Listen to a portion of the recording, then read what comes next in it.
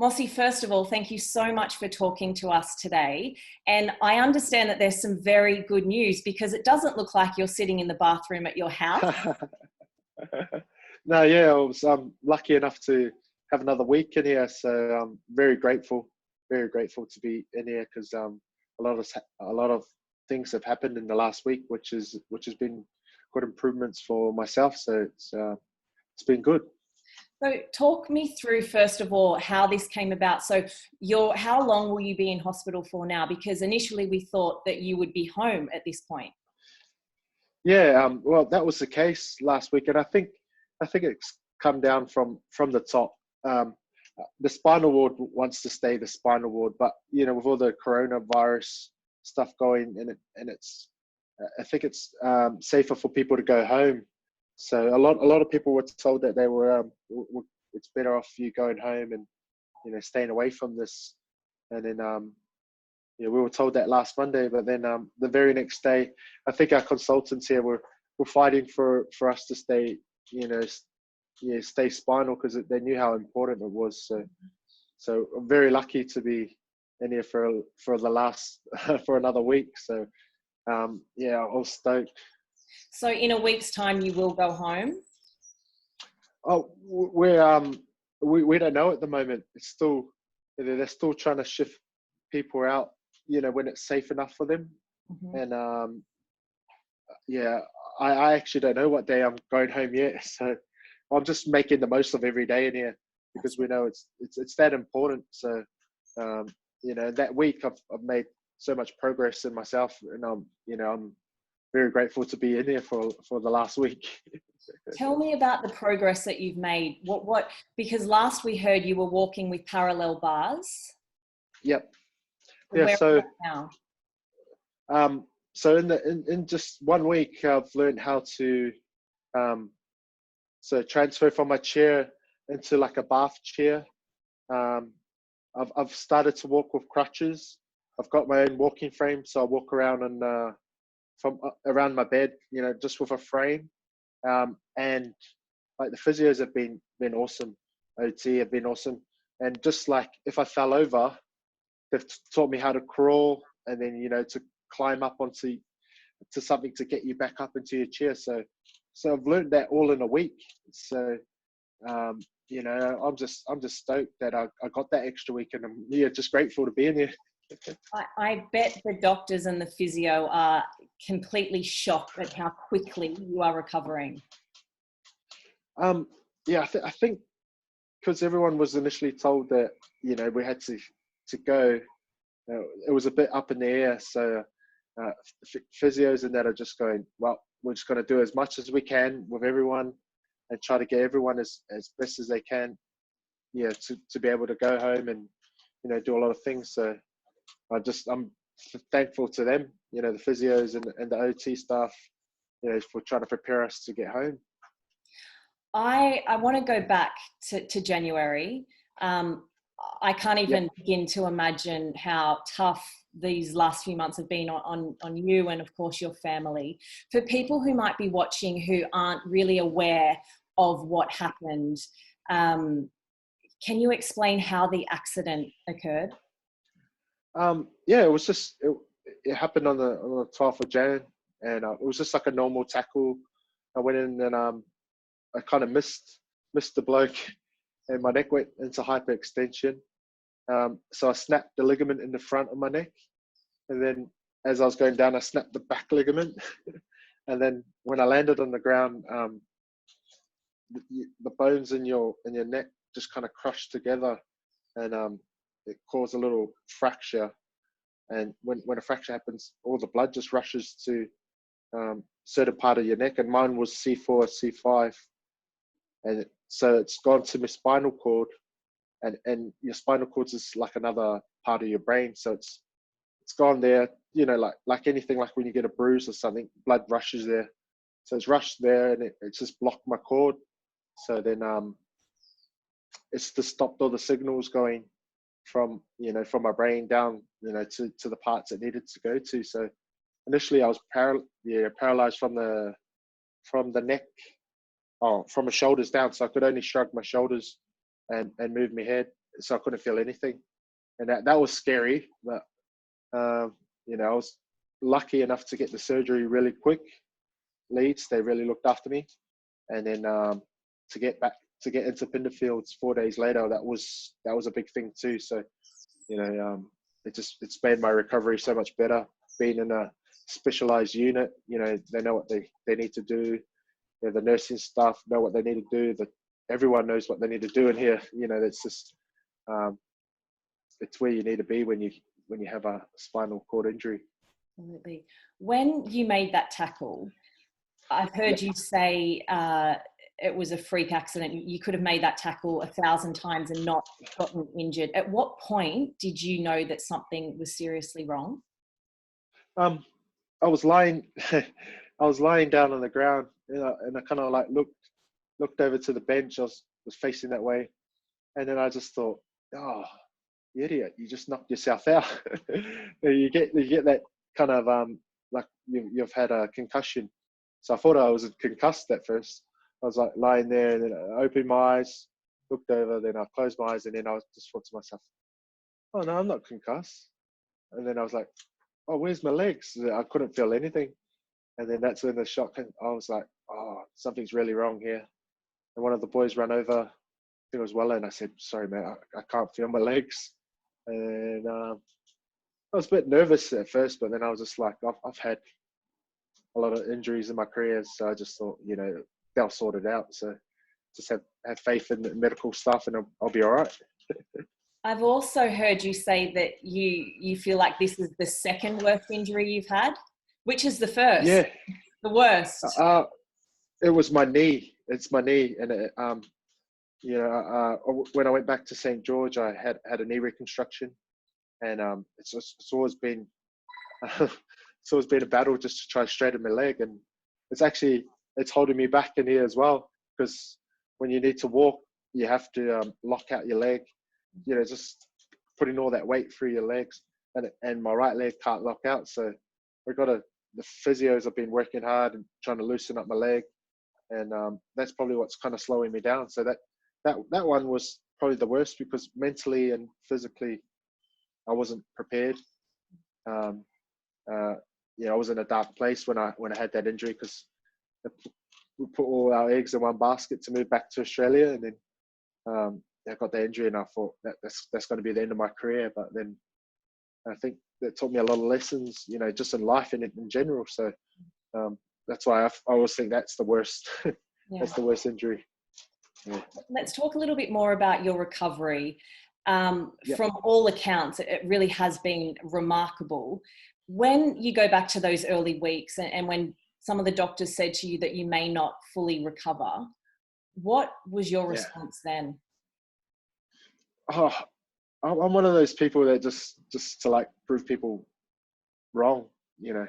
I played the game at probably one of the heaviest players in the game at 130 kilos. So they were like, oh, you're too big to play the game. I was like, oh. So I've always been that type of person. And when they always give you the worst case scenarios, doctors. And in my head, I was like, you know, it's all in between the ears. If you're strong there, then you'll be sweet. So I think all the injuries over the years have taught me lessons to prepare for this one. So, you know, it just made it a lot easier. You know, a lot of people probably say, oh, it's been tough. I've been in hospital for 12 weeks, but you know what? It's been a good journey, you know, for myself. You know, every day is exciting. It's like being reborn again. So like you're a baby. You have to learn how to do everything again, learn how to move. And you know, the first few weeks it is a bit tough, because you can't do anything, and but like I said, like the nursing staff here and the medical staff, they're just awesome. They just, it's normal to them, so it makes you feel comfortable. And a lot of conversations in here about bladder and bowels and things that you don't really talk about with your wife and stuff. So it's quite funny in here. Oh. Can you take us back to when you took your first step and how you felt? So I had done 6 weeks of bed rest, and I hadn't sat up past 15 degrees. So I could only raise my bed up 15 degrees just to eat, which is not, it's not much. And then when I first sat up, you just feel so dizzy because all your blood just rushes, or fluid just rushes to your legs. And if I'm sitting up, to standing up was even worse. So one of the big things with spinal injuries is a lot of stuff changes inside. So your blood pressure, your heart rate all changes. It's all different now. So your heart rate and your blood pressure drop. So when you sit up, it drops again. And then when you go to stand up, it drops again. So they got to keep monitoring those things while you're in here. Even with, everything's changed inside. What would you say has been the biggest challenge? I would say, it's funny, it's nothing to do with like moving, but like your insides, like your bladder and your bowels. That's probably been the biggest challenge, like for myself, because all that stuff, like the signals from your brain, doesn't get there. So you have to take like medication to help, help with your bowels, and the nurses and stuff have to come in and help you. So that's probably the biggest challenge. Physically, it's been all right. That's what's just everything inside. That's been the challenge. I mean, looking at you today, you're sitting there, you have the biggest smile on your face. You really are a true inspiration. I'm sure that some days are obviously harder than others. What would you say, or who would you say has been your biggest motivation these last few months? Probably my cousin. My cousin has been massive. Every day when I think about, being down and out, like he's got the biggest smile on his face, because he's got cerebral palsy and he's got muscular dystrophy. So he's in a wheelchair as well. So I think I had one moment with my partner. I had a little bit of a cry. It was only 5 minutes, and I knew, because I got her to pinch my legs and my stomach, and then I had a bit of a moment with her, and then I just thought of my cousin, and then my mood just changed straight away. I don't know, just became a happier person, just to know, like, I've spent time with him. He's been in a wheelchair. He's a year younger than me. He's been in a wheelchair his whole life, and then I was just thinking, well, what? I can't be here sulking about myself, where he hasn't had the option to, to live his life to the fullest. And I've been lucky enough to do something I love for the last 12 years. And, to get injured doing something you love is, I don't know, I can't blame anyone else but myself. But then, I'm just grateful for everything. What is your cousin's name, and where does he live? His name's Mark, but he lives in New Zealand. So he used to live across the road from my parents. So our dads are brothers. So he lived across the road, and he was the only boy, and I was the only boy, and I got 3 sisters. So I didn't want to hang out with my sisters. So, it was always over his house. We'll just be playing PlayStation, and, and just watching, cartoons and having sweets and things like that. So, a lot of my childhood was spent with him, and, so that's why I kind of knew what it's like to be in a wheelchair. We'll be playing outside in our wheelchairs and things like that. He's got an electric one, and I'll be playing in like the normal wheelchair. So, it was a different kind of childhood. But it was normal to me. It was normal. Yeah. Speaking of, I guess, let's talk about the future. What does the future hold for Mose Masoe? Because there are a lot of positive times ahead. Your wife, or Carissa, your partner, is pregnant with a 4th child. What does the future look like for you? Oh, it looks bright. Like you said, I've got time to spend with my kids now. You always got to look at, the positive sides of life. I can go watch them with their schooling things. A lot of things that my parents missed out on with me, they're always working and things like that. So I just want to, be there for my kids, spend quality time, go to the sporting events, just to know that I'm there, supporting them. That's probably the biggest thing for me. And it sounds weird, but to have that opportunity to do it now, it's everything's a positive for me. So that's it. Do you think you'll stay in the UK? I don't know if I can legally stay in the UK because our visa runs out just before we haven't lived here long enough to go for the I think to become a citizen, or is it to leave to remain or something like that? Yeah.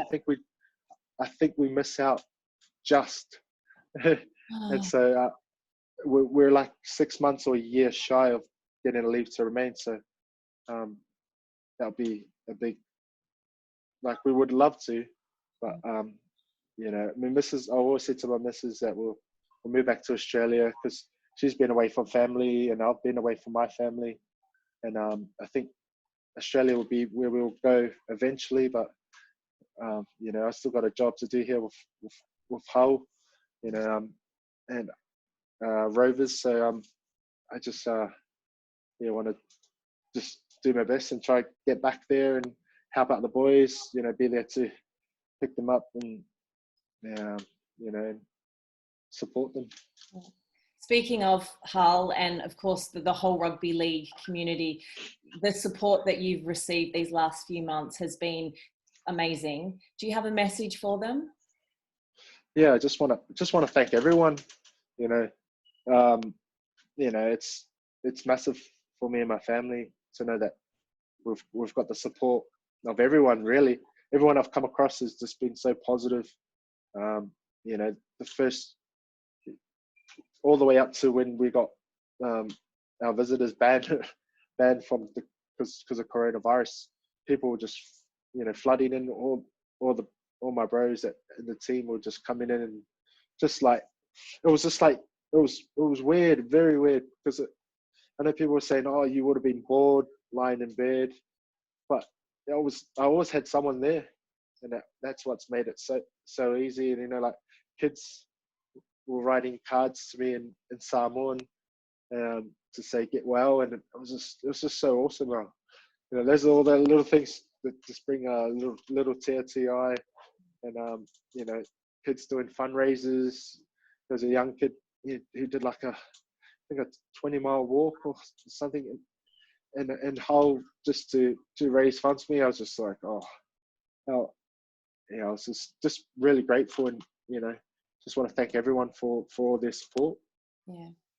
So Mosse, you're already walking with crutches. What's the next step for you? What's the next goal? I think it's because I can walk with crutches for about 10 meters. Mm-hmm. So I think it's repetition now, and just try to get stronger. Because sometimes, or we get, like in spinal, a lot of people get spasms. So a lot of that kind of slows you down as well. So just trying to overcome those. I think you'll have it for forever, but it's just trying to be able to walk. And I've always just wanted to walk for like 20 meters, so I could just walk around the house inside and do things. And when I'm out and about, it's all right to be in the wheelchairs, but it's just trying to get that strength back in my legs, and so I'm confident when I'm walking around the house.